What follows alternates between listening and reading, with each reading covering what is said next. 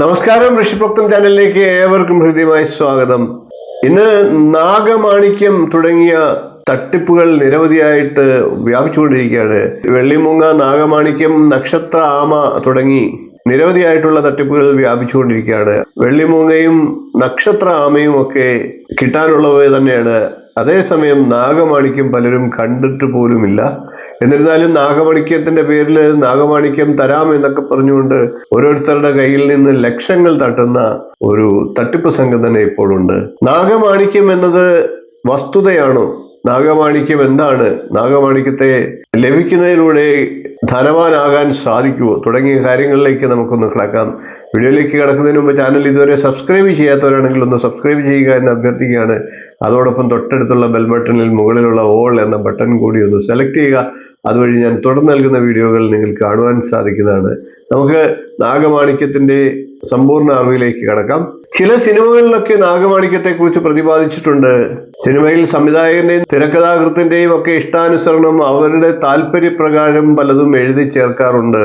അതൊക്കെ ചിലപ്പോൾ വസ്തുതകൾക്ക് നിരക്കാത്തത് തന്നെയായിരിക്കാം, മറിച്ചും ഉണ്ടാകാറുണ്ട്. അനന്തഭദ്രം എന്ന സിനിമയിലൂടെയാണ് നാഗമാണിക്യം കൂടുതൽ പ്രശസ്തമായത്.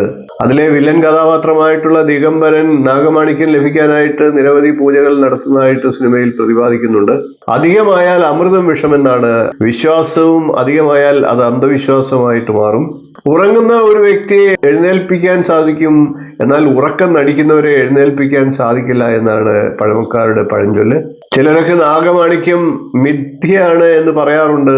അവരൊക്കെ കണ്ടതും കേട്ടതും മാത്രമാണ് സത്യം എന്ന് വിശ്വസിക്കുന്നത്. നമുക്കറിയാത്തതായി പലതും നമ്മുടെ ചുറ്റിലുമുണ്ട്.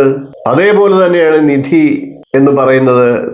നാഗരത്നം, നാഗമാണിക്യം എന്നീ കാര്യങ്ങളൊക്കെ നിധി എന്ന ഗണത്തിൽപ്പെടുന്നതാണ്. ഇതൊരു അപൂർവ കല്ലായിട്ടും നാഗത്തിന്റെ ശിരസിൽ നിന്ന് ലഭിക്കുന്ന രത്നമായിട്ടുമൊക്കെ പറയാറുണ്ട്. പക്ഷേ ഇതിനെ പലരും കണ്ടിട്ടില്ല, അല്ലെങ്കിൽ അവർക്കാർക്കും ഇത് ലഭിച്ചിട്ടില്ല.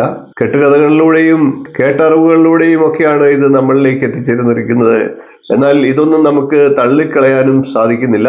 നാഗമാണിക്യം പൊതുവെ പറഞ്ഞു കേട്ടിട്ടുള്ളതിൽ വളരെ വില കൂടിയ ഒരു നിധിയായിട്ടാണ് പ്രതിപാദിക്കുന്നത്. ആ നാഗമാണിക്യം പല പ്രത്യേകതകളും ഉള്ളതായിട്ടാണ് പറയുന്നത്. നാഗമാണിക്യം ലഭിച്ചാൽ അമാനുഷിക ശക്തി നേടാമെന്നാണ് സിനിമയിൽ പറഞ്ഞിട്ടുള്ളത്. എന്നാൽ അതൊന്നും നമുക്ക് വിശ്വാസയോഗ്യമല്ല. നാഗമാണിക്യം ലഭിച്ചാൽ ധനം, ഐശ്വര്യം തുടങ്ങിയവ കൈവശം വന്നു ചേരുമെന്നാണ് വിശ്വാസം. നാഗമാണിക്യം ഏത് ഭൂമിയിൽ, ഏത് ഗ്രഹത്തിലാണ് വെച്ച് സൂക്ഷിക്കുന്നത് എന്നാൽ ആ ഭൂമി അഥവാ വീട് സ്വന്തമായിട്ടുള്ളവർക്ക് ധനം, ഐശ്വര്യം തുടങ്ങിയവ താനെ വന്നു ചേരുമെന്നാണ് വിശ്വാസം. ആ ഭൂമിയിൽ മറ്റു ക്ഷുദ്രജീവികൾ, ഉഗ്ര വിഷസർപ്പങ്ങൾ പോലും അടുക്കില്ല എന്നാണ് വിശ്വാസം. പണ്ട് പല ദുർമന്ത്രവാദികളും തങ്ങളുടെ ശക്തി വർദ്ധിപ്പിക്കുന്നതിനും അമാനുഷിക ശക്തി കൈവരിക്കുന്നതിനുമൊക്കെയായിട്ട് തന്ത്രശാസ്ത്ര വിധിപ്രകാരമല്ലാതെ സ്ത്രീകളെ ഉപയോഗിച്ചുമൊക്കെ നിരവധിയായിട്ടുള്ള പൂജകൾ ചെയ്തിട്ടുണ്ട്. അങ്ങനെയുള്ള പൂജകളെ പല പേരുകളിലും അറിയപ്പെട്ടിട്ടുണ്ട്. ചില സിനിമകളിലൊക്കെ അത്തരത്തിലുള്ള പൂജയുടെ ചെറിയ ഭാഗങ്ങളൊക്കെ കാണിച്ചിട്ടുമുണ്ട്. ഇങ്ങനെയുള്ള ദുഷ്കർമ്മങ്ങളൊക്കെ പൂർത്തീകരിക്കാൻ നാഗമാണിക്യം ആവശ്യമാണ് എന്നൊരു പ്രസ്താവന അതിലെല്ലാം ഒളിഞ്ഞിരിപ്പുണ്ട്. നാഗമാണിക്യം കൈവശമുള്ള ഒരാൾക്ക് ഉപാസനാ കാര്യങ്ങളിലും തന്ത്രശാസ്ത്രത്തിലും അങ്ങനെ നിരവധിയായിട്ടുള്ള ശാസ്ത്രങ്ങളിലും അറിവ് ലഭിക്കുമെന്നും പറയപ്പെടുന്നുണ്ട്. ഇങ്ങനെയുള്ള എല്ലാ കാര്യങ്ങളിലും അഭിവൃദ്ധി കൈവരിക്കാൻ സാധിക്കും. കൂടാതെ ബാധകൾ, രക്ഷസ് തുടങ്ങിയവയൊക്കെ പിടിച്ചു കെട്ടാൻ എളുപ്പം സാധിക്കുകയും ചെയ്യുമെന്നാണ് വിശ്വാസം. നല്ല ഉപാസകരായിട്ടുള്ള കർമ്മികൾക്ക് നാഗമാണിക്യം ഒളിഞ്ഞിരിക്കുന്ന ഭൂമി എളുപ്പം കണ്ടെത്താൻ സാധിക്കുമെന്നാണ്. പക്ഷേ അത് എടുത്തു മാറ്റുന്നത്, കരസ്ഥമാക്കുന്നത് അത്ര എളുപ്പമുള്ള സംഗതിയായിട്ടല്ല പറയപ്പെടുന്നത്. മന്ത്രവാദ പാരമ്പര്യമുള്ള പല തറവാടുകളിലും ഇന്നും നാഗമാണിക്യം സൂക്ഷിച്ചിട്ടുള്ളതായിട്ട് രഹസ്യ വിവരങ്ങളുണ്ട്. അത്തരത്തിലുള്ള കുടുംബങ്ങളുടെ ഐശ്വര്യം ആ നാഗമാണിക്യം തന്നെ ആയിരിക്കാം. ചിലയിടങ്ങളിലൊക്കെ അത് നിലവറയിൽ കുഴിച്ചിട്ടിട്ടുമുള്ളതായിട്ട് പറയുന്നുണ്ട്. നമ്മൾ കാണാത്തത് എല്ലാം ഇല്ലാത്തതാണ് എന്ന് ഉള്ള ചിലരുടെയൊക്കെ അവിശ്വാസത്തെ നമുക്ക് തള്ളിക്കളയാം. ഇങ്ങനെയുള്ള കാര്യങ്ങളും ഭൂമിയിൽ ഉണ്ടാകാം. എന്നാൽ ഇതിന്റെ പേരിൽ നടക്കുന്ന തട്ടിപ്പുകൾക്ക് നമ്മൾ കഥാപാത്രങ്ങളായി മാറാതിരിക്കുക എന്നുകൂടി ഈ അവസരത്തിൽ പറയുകയാണ്. നാഗമാണിക്യമോ അതേപോലെയുള്ള മറ്റു നിധികളോ ഒക്കെ ലഭിക്കാൻ ഒരു വ്യക്തിക്ക് യോഗമുണ്ടെങ്കിൽ ആ യോഗം തീർച്ചയായിട്ടും ഭവിക്കും, അത് ലഭിക്കും.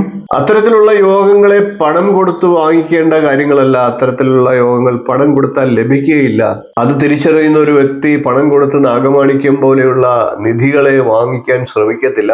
നിധി ഒരാൾക്ക് ലഭിക്കാൻ അയാളുടെ ജാതകത്തിൽ യോഗമുണ്ടോ, അത് തീർച്ചയായിട്ടും ഒന്നും ചെയ്യാതെ തന്നെ അയാൾക്ക് താനെ വന്നു ചേരും.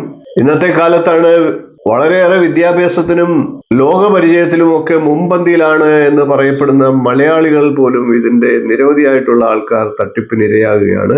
പഴയ ആൾക്കാരൊന്നും ഇത്തരത്തിൽ വില കൊടുത്ത് നിധിയും സൗഭാഗ്യങ്ങളും ഒന്നും വാങ്ങിക്കാൻ മെനക്കെട്ടിട്ടില്ല.